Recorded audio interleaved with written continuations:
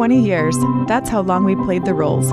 Wife, mother, partner, provider, until it all changed. We honestly didn't see it coming. Then again, maybe we did. But divorce didn't break us, it rebirthed us. Now we're navigating motherhood, healing, dating, friendships, religion, and sharing how we started over. This is Uncharted Phases, a podcast for anyone starting over and owning every step. All right. Hi. Welcome to Uncharted Phases podcast. I'm Melissa. I'm here with Rachel. Hello. Hi. Okay. This episode is called...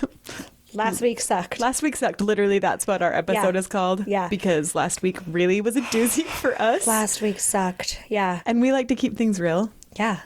So I'm glad we're doing this episode, which was funny because we both, last week sucked for me, last week sucked for you. And then like we called each other Sunday and we're like, yeah, we're going to talk about it.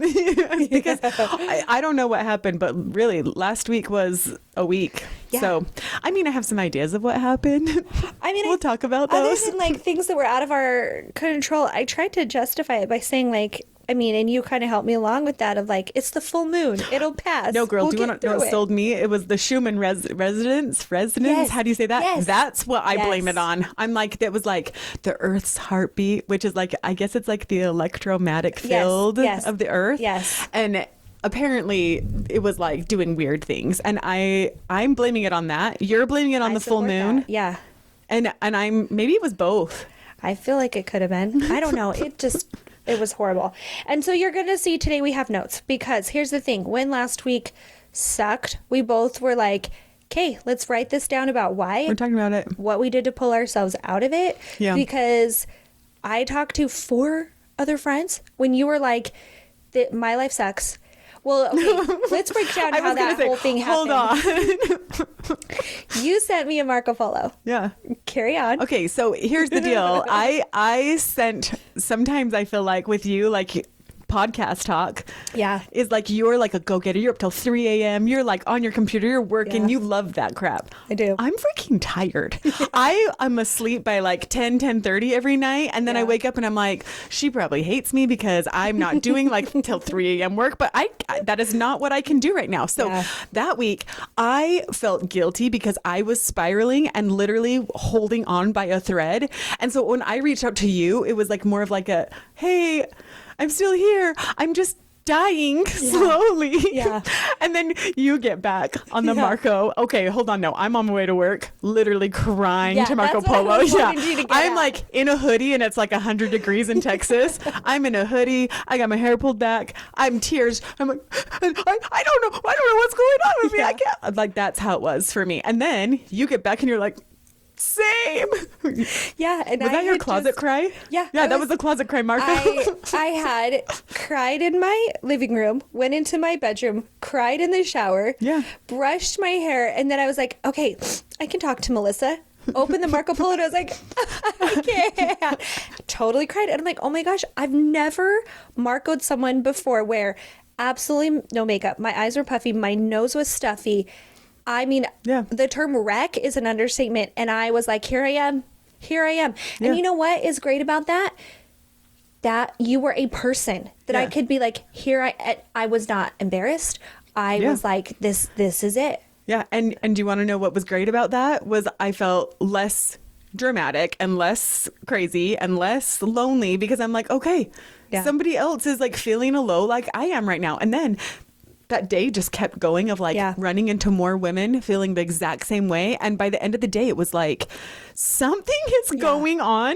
And I'm so glad it's not because I'm not crazy. Honestly, isn't that terrible that like it was what is that saying? Misery loves company. But like you had voice memoed me at the end of the day and you said, Kate, 2 more people that I know are having epic days. Yeah. Check in on your friends. Yeah. I sent a group text to 2 of my dear friends and I was like, hey, everything going okay? Because I feel like it might not be going okay. And they were like, it's going horrible. Yeah. And there was something going on. Yes. I'm blaming the Earth's heartbeat. And I am blaming the full moon. But let's kind of talk about, because ironically, it was all the same things. So if we break it down into subjects of why last week sucked, like number one reason why last week sucked for you? For me, last week was I could not put myself in a spot where I saw a light at the end of the tunnel. Yeah. To me, the phase that I was in was overworking, still not making it, like financial all the things. And normally I can be like, it's not going to stay like this. It's going to be fine. I couldn't see it, Rach. I'm not kidding you. Like at the end of my like I had like multiple days, but like from July 4th, July 5th, July 6th, July 7th, it was probably like a 6-day buildup to when we finally chatted. Yeah. And it was like on that like 5th day, it was like, yeah, I'm stuck. Like I didn't know how to handle myself situation. Like I'm legitimately stuck. So it kind of started with work, and I mean, because we talked about this, but tell everyone else. So like, why? Like starting with work, what changed that you did this to? Like I can't. It is kind of did this to yourself. I did it to myself too. Yeah. But there's reasons why you did this to yourself. Well, yeah. Why we were overworking ourselves? Yes. Yeah. I'm like, okay, which part? So the overworking. So I think like when you get divorced, everything in your life financially changes. 100%. Like really changes. Yeah. So the problem with like both me and you is we still have 4 kids living with us. We both still have to have space. We still have to have cars that accommodate that. Our kids are in phases of life where they have extracurriculars we're still having to accommodate. But our income level isn't anything to support that lifestyle. Yeah. So where I get so overwhelmed is my lifestyle. I've changed as much as I can possibly change. Yeah. And I still can't do it. So I like went to my boss and was like, I have to work more. Like I either need to go get another part-time job or can I pick up some extra hours? And she was like, yeah, of course you can pick up extra hours. And I'm like, great. I'm going to do 5 10s and then I'll work for you on the weekend, like 4 or 5 hours. And so for probably 3 weeks in a row, I was doing 55-hour weeks. Yeah. Trying to also have 4 kids, run a house, cook, clean, do yard work, like have a personal life, like all those things. And I think I hit an ultimate burnout. And it wasn't like I was like doing anything bad. Yeah. But I couldn't catch up. The money for those weeks, well, gone. Yeah. Like, of course, my dog got sick and I take her to the dog hospital. I had to have my daughter take her to the dog hospital. And it was like $600. And I'm like, well, there goes that whole week of 55 hours. And then it was like another spiral, you know? Then the next time, like, oh, my HOA is due. There goes another $400. So my whole extra. So I felt like that week I was working so hard to make ends meet. And it just kept getting taken back from me. Yeah. That's depressing crap. No, it's so depressing. And so here's the thing that like, if you don't live in the state of Texas, there are other states that don't do child support the way ours does.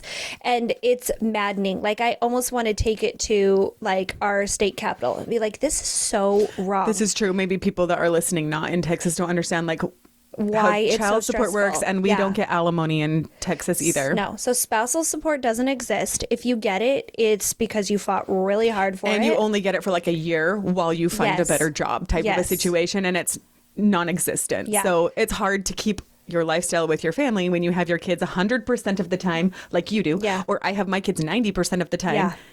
And then we have an income that is like a percentage of what we had before. Yeah, because they cap it. And so both of our husbands make well over the cap. Yeah. Okay, that's not a secret. They have to report it. They make well over the cap. However, the great state of Texas caps their income. Therefore, it caps what you can get. Right. It doesn't matter how much they make. It doesn't matter what they make. It's like, well, this is all you can do.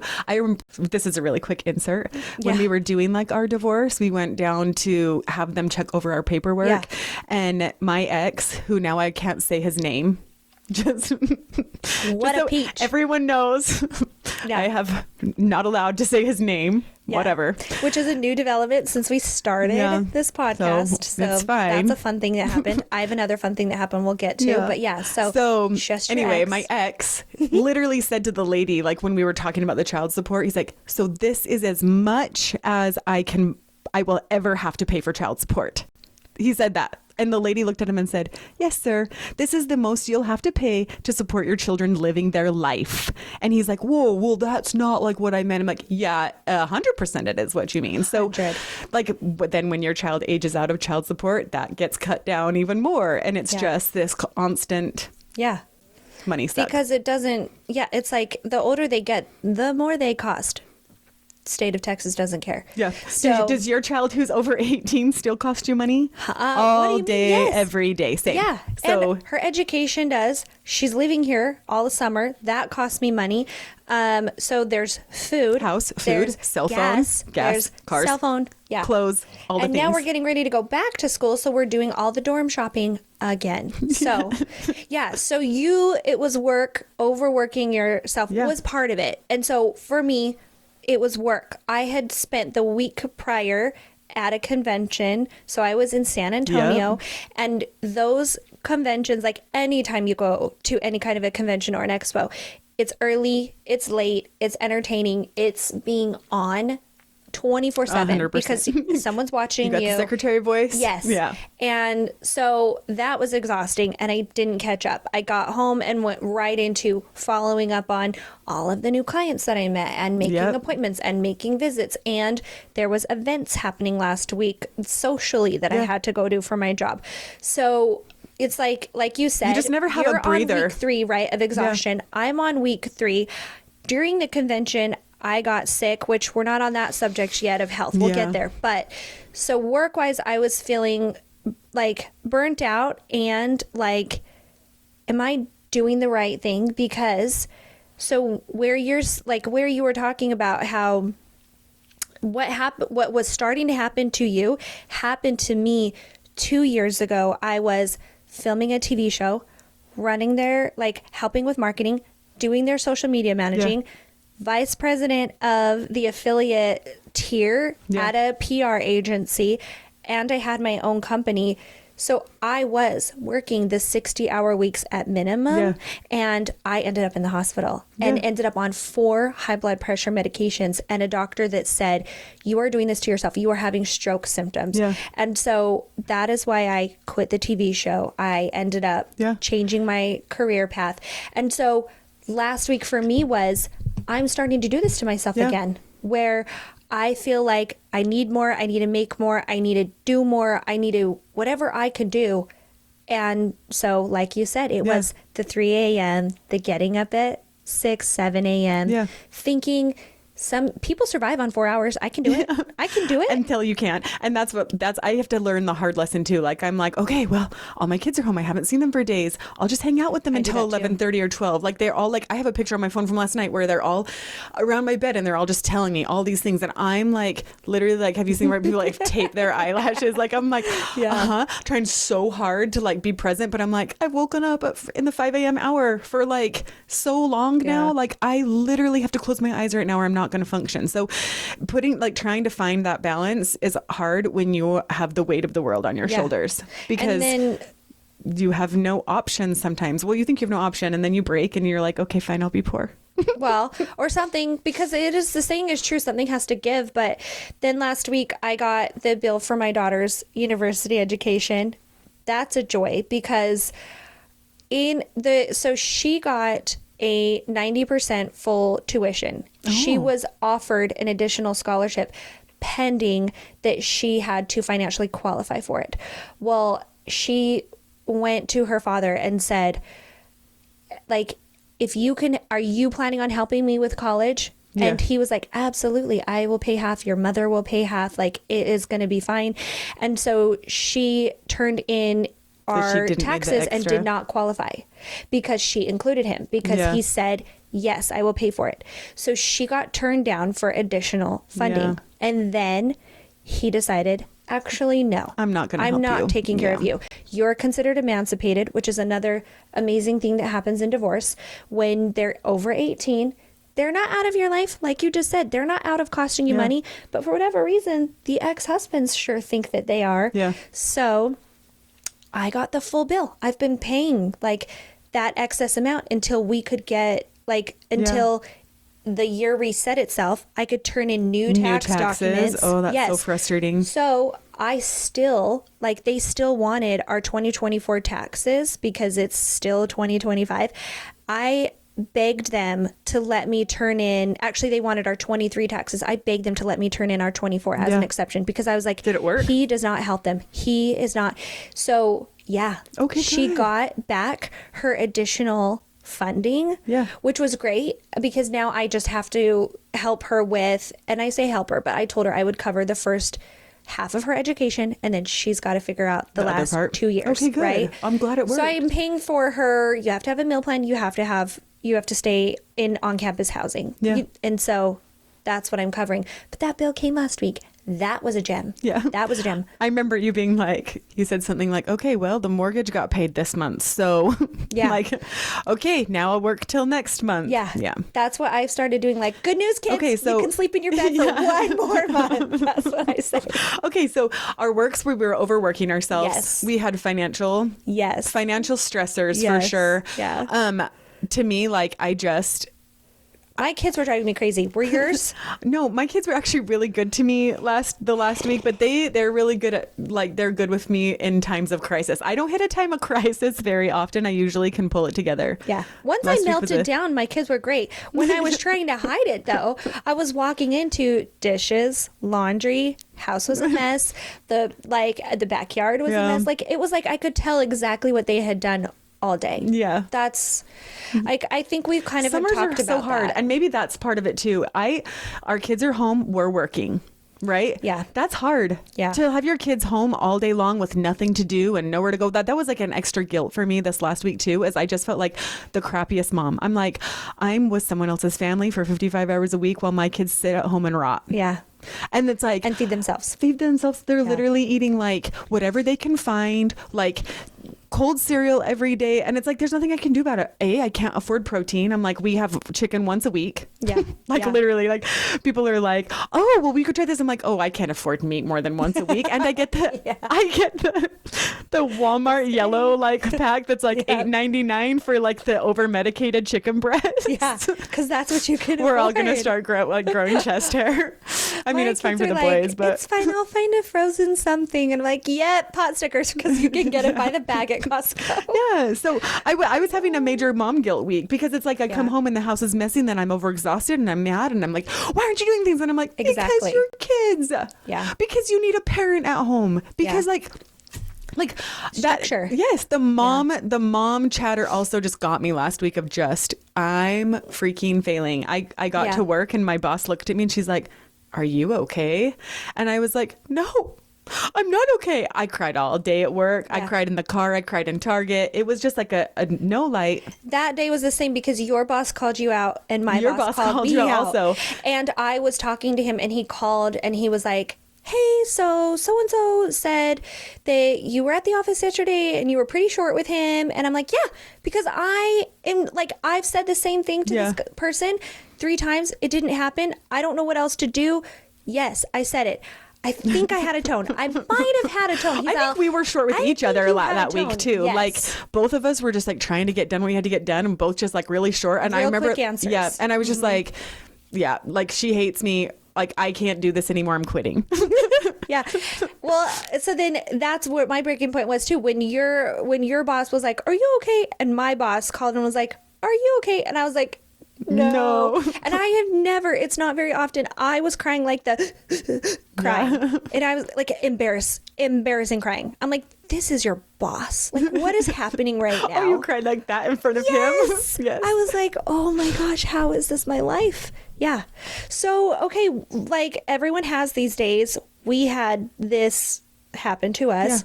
Yeah. And yes, it's very relatable that this stuff happens to us. But like, how did we pull ourselves out of it? Because let's give some tips. I did actually think a lot about it. Like, what was it in that? What switched for me? Yeah. Because I remember there being an actual switch where it was like, 1 minute I was dragging, I was depressed, I was sad.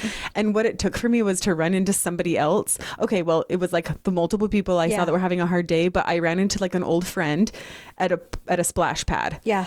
And she was also having a down day, but instead of her being like an energy sucker, she healed my soul. And I don't even know what it was. It was like there was something different about like seeing her in person, hugging her, both of us looking eye to eye, like human to human, and being like, this is hard. But I mean, I had done that, but there was something different about her of like, have you read that book or heard about that book? Like How to Stay Away from like Energy Vampires or something like that. What is it called? It's an energy vampire or something. I have it in my Amazon cart because I want to read it, but that's like all I can think about is explaining like I needed someone that was the opposite of that. I needed someone whose personality was a recharge for me. And it was so important to me. Like I text her after and was just like, I don't think you understand how much I needed to run into you after years today. Yeah. Like I really I feel like my God sent you to me at the splash pad. Yeah. Like I needed you. This week was really rough. So that to me, it was like that moment I felt like a little bit lighter. Yeah. And then I remember being at home, like watering my plants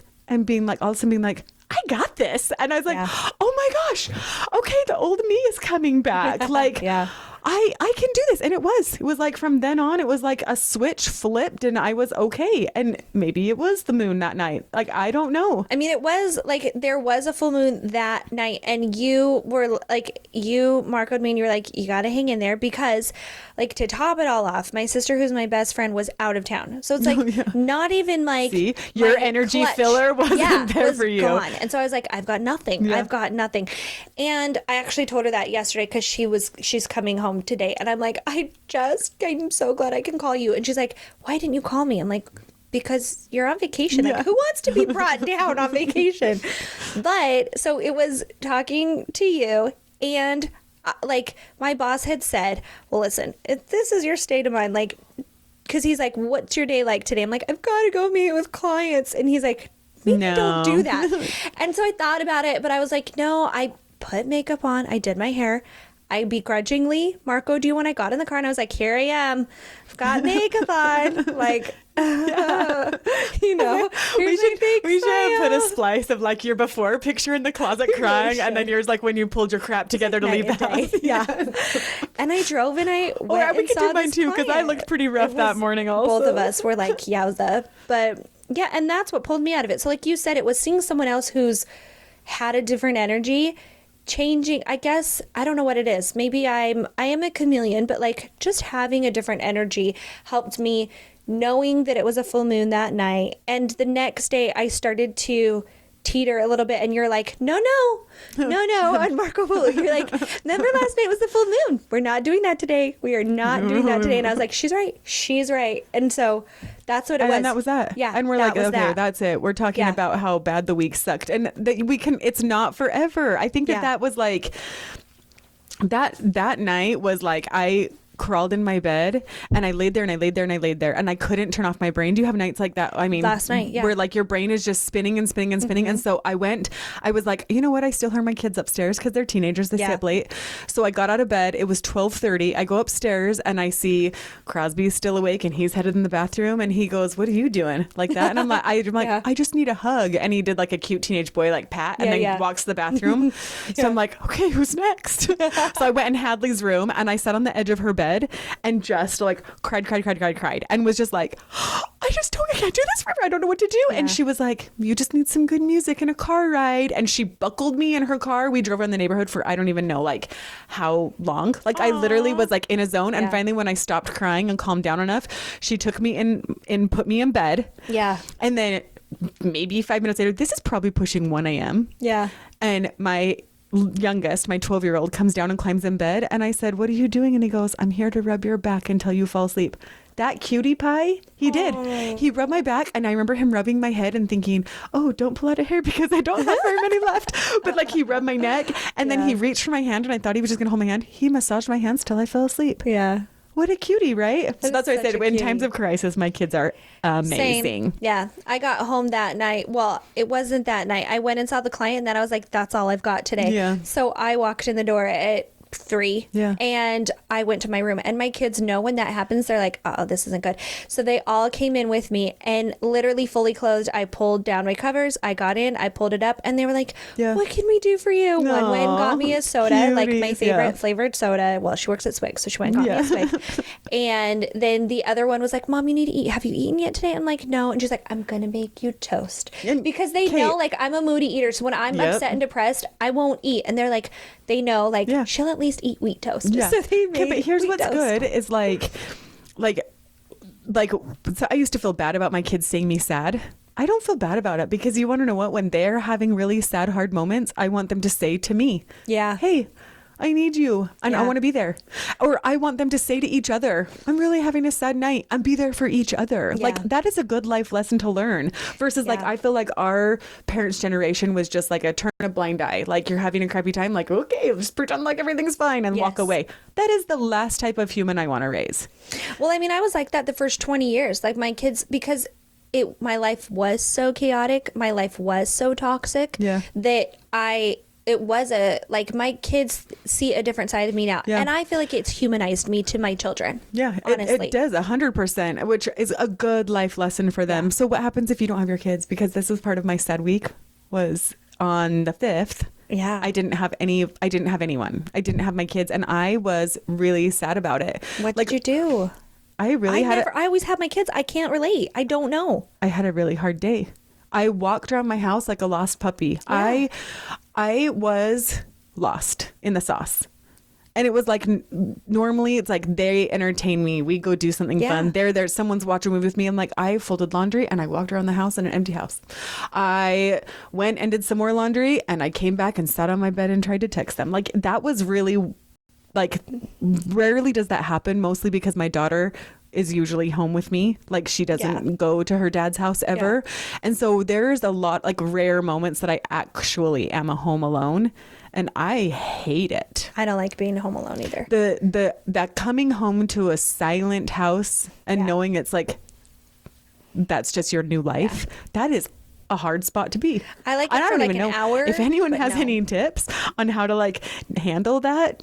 Like I used to try to like really fill my schedule, but sometimes you're just not filling the schedule. Like sometimes you just don't want to go out and do the social. And that was my week. I didn't want to do the social and I was a lonely goose. Yeah. So I think like, well, tip number 1, like what we've said is like, you need a person. For me, like when it feels so big, tell someone. Yeah. Because that was the other thing that I had told you was like, it feels big. You need to say it out loud. Because I mean, like, not that I'm Dr. Ruth, but I think you hold a lot of things in.